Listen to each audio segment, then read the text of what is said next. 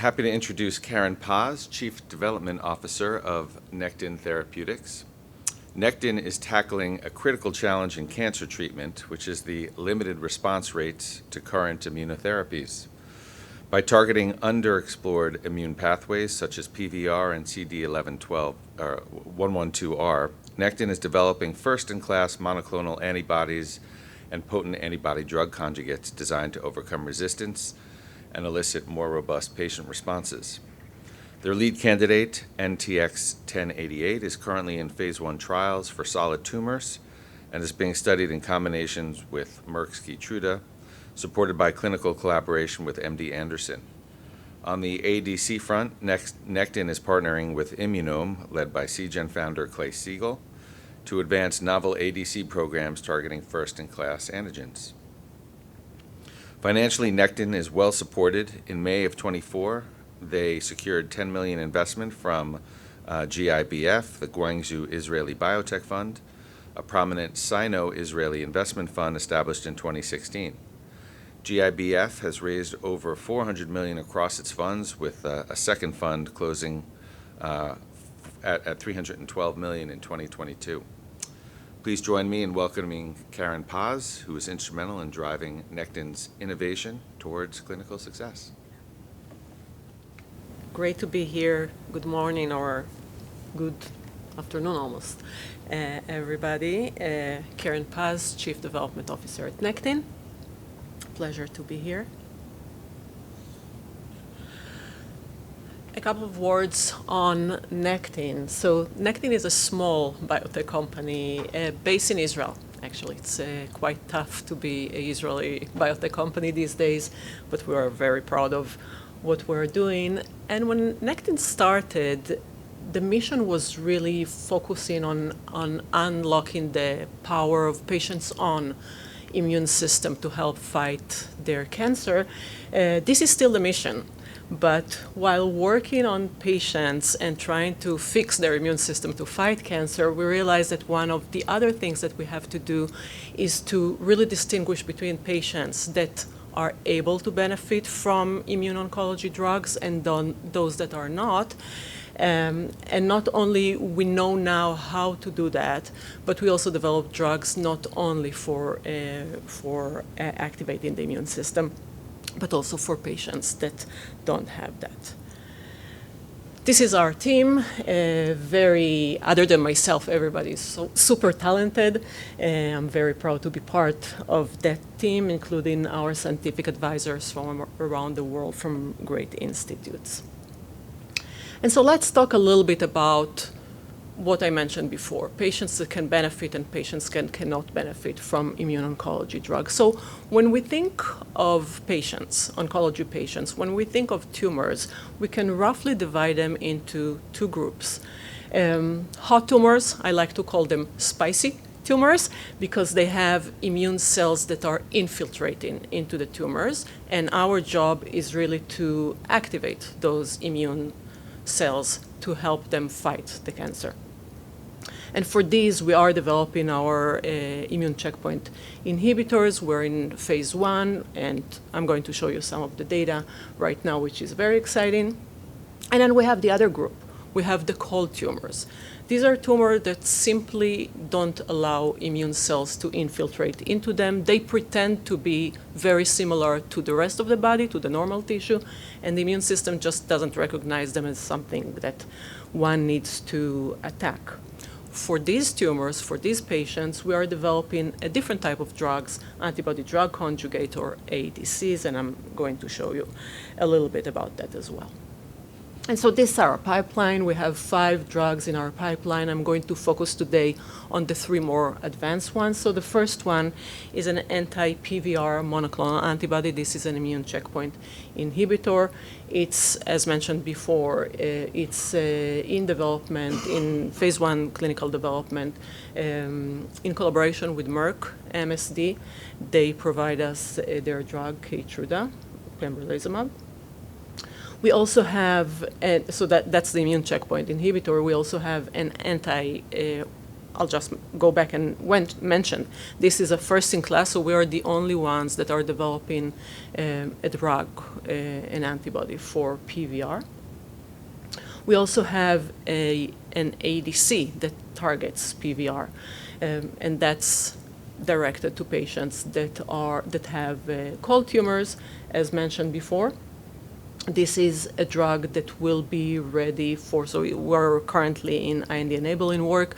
It will be ready for IND submission by the end of this year. We will start clinical trial at the beginning of next year, and we believe that we will have some clinical proof of concept by the end of 2026. So these are two first-in-class molecules. To de-risk the story, we also have a third drug that's worth mentioning here, and this is another ADC for Nectin-4. So Nectin-4 is a target that was well validated. There's a drug out there, Padcev, that was approved a couple of years ago for the treatment of bladder cancer, urothelial cancer, together with pembrolizumab. We believe that we have a better therapeutic window, a drug that can help more and give less side effects, and I'll show you a little bit about that in a second. And so let's start with a PVR antibody, with the immune checkpoint inhibitor. So PVR is a new target in oncology. It's a protein that's expressed on cancer cells and binds several receptors on immune cells.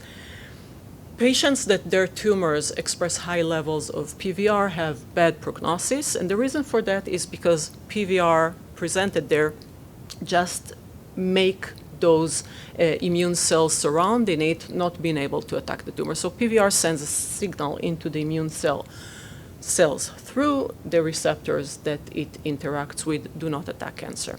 And it does that in several different mechanisms that fall into two categories. So PVR binds a group of proteins called DNAM1. DNAM1 is an activating or stimulatory receptor of immune cells. When PVR binds DNAM1, DNAM1 internalizes immediately and degrades, and it's no longer active, and that's a problem because it cannot activate the immune cell.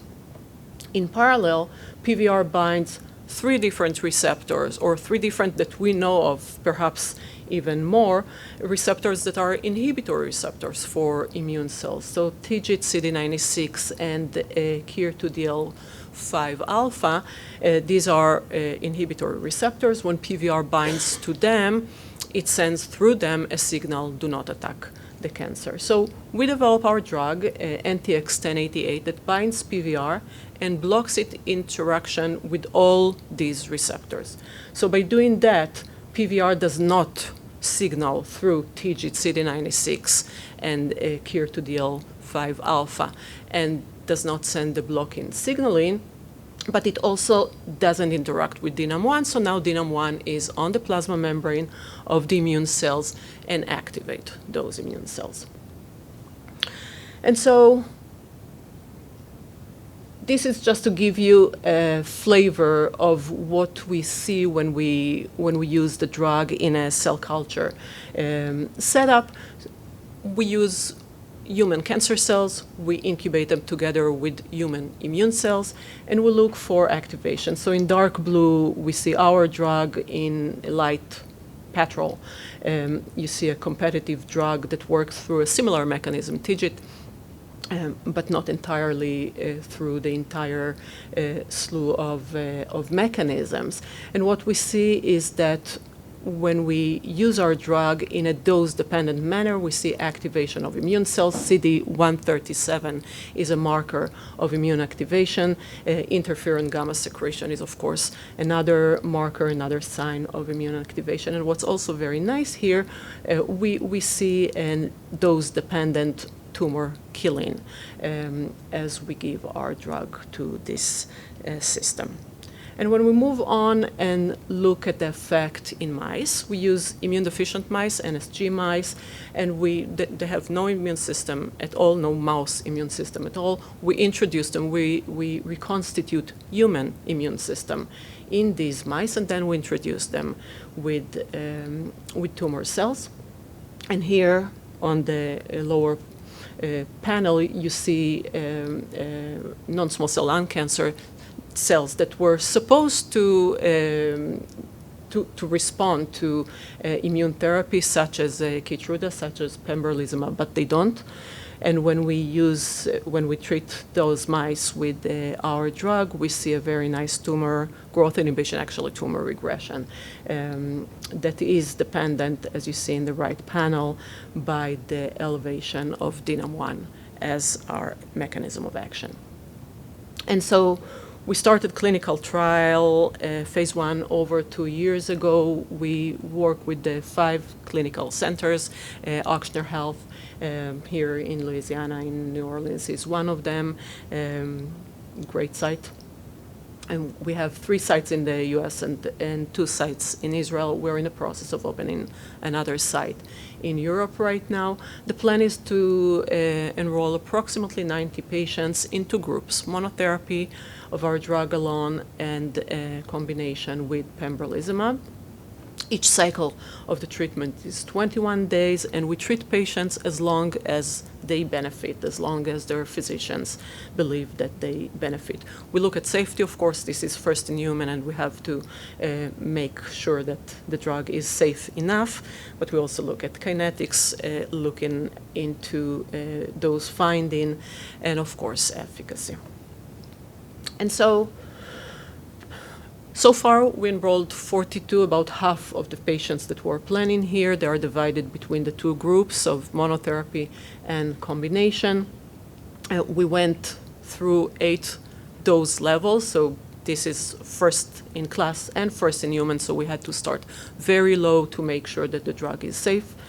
And the drug is very well tolerated. We practically didn't see any side effect that's related to this. So we chose our final dose based on kinetics and based on what we see in terms of efficacy, and we're happy to report that we see immune cell activation, and we also see some clinical benefit and objective responses. And so important to mention that the majority of patients didn't get enough of the drug to really see strong enough effect as part of the design of the study. But as we go up into the therapeutic doses, which are the 2 highest doses, we definitely see an increase in disease control rate. When we talk about disease control, we're measuring several things. So first is RECIST 1.1, of course, the size of the tumor. We would like to see tumor shrinkage, and we see that. But we also look at the circulating tumor markers. For those patients, the tumor markers are relevant for them, and we see that as well, of course, clinical symptoms that are improving. And so I want to take you through one case study of a 39-year-old male patient with the adenocarcinoma of the gastroesophageal junction. He was diagnosed 3 years ago with a very aggressive disease, with advanced disease, and since then he was treated with many different drugs, the standard of care and a few investigational drugs, a combination of chemotherapy, targeted therapy, and immune therapy. You see in the table below, he was treated before starting our treatment with 7 different lines of therapy, and you see the duration of how long he spent on each treatment, so somewhere between 3 weeks to 20 weeks. He started our treatment in June last year, and he's now at his 42nd week. This is really unheard of, to have an 8th line of therapy that is the best therapy a patient have since the beginning, since the diagnosis of its disease. So this is really great, something that we bring here to the table. So what we see with this patient. What I'm showing you here is the results after the 12th cycle. So actually he's now after the 14th cycle, and I have more data from the beginning of this week that is not here. So basically his tumors shrunk right from the beginning.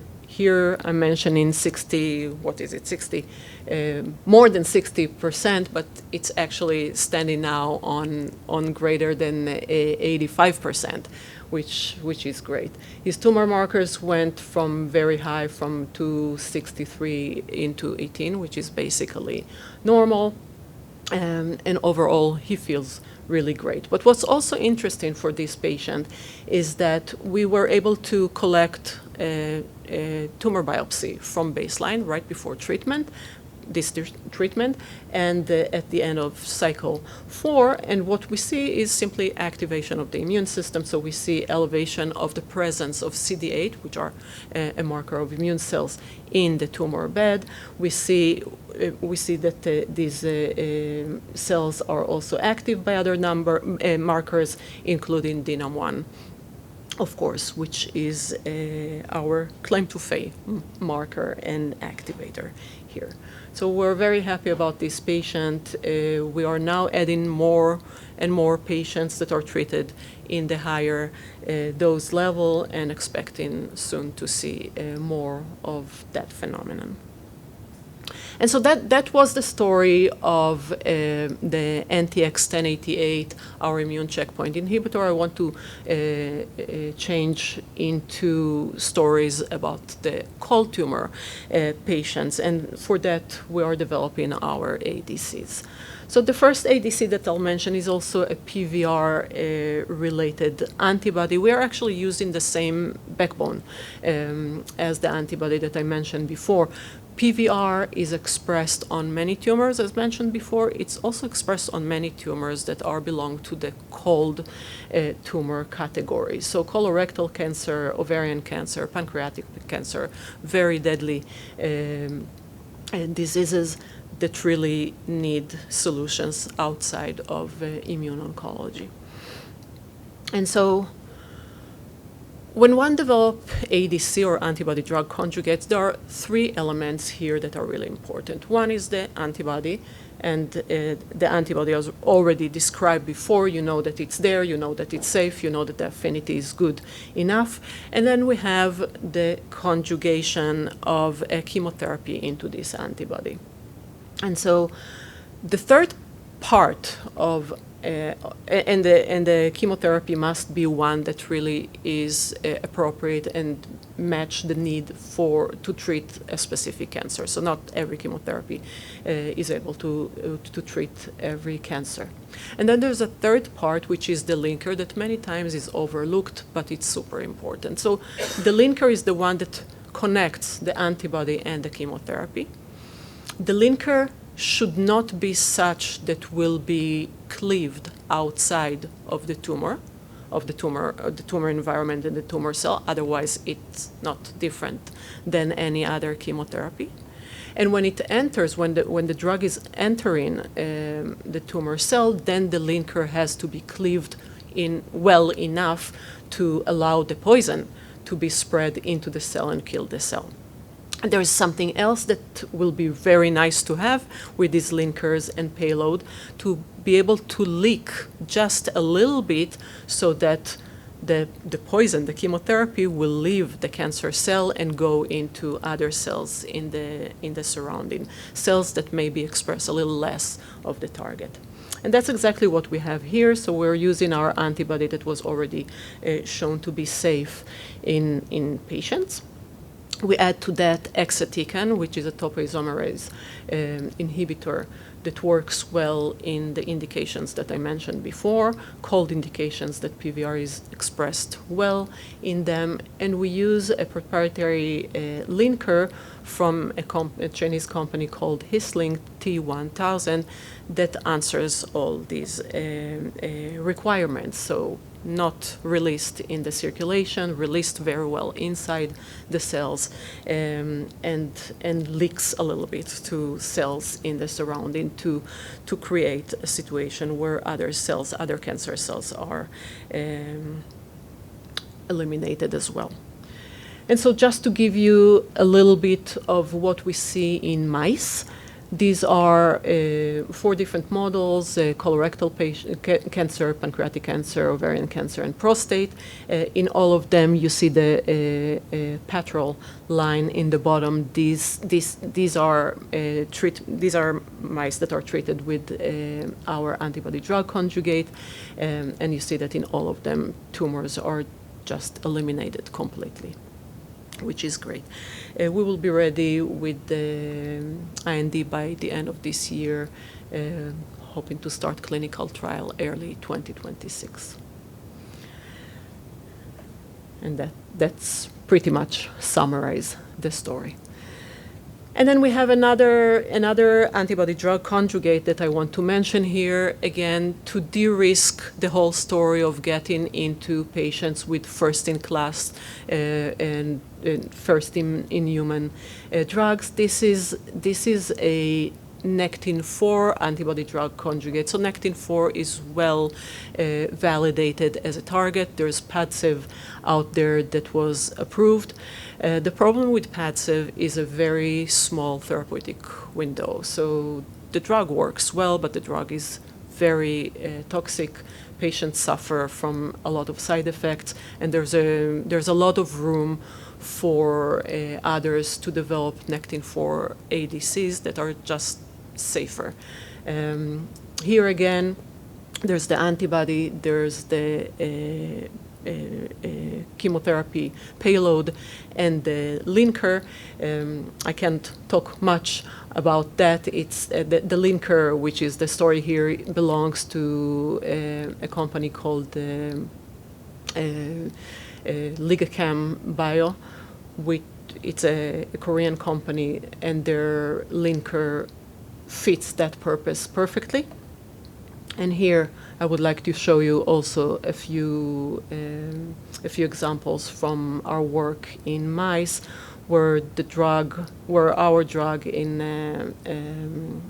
petrol shows a very nice tumor growth inhibition, tumor regression after just 1 injection of the drug. So the promise around safety is very strong here as well.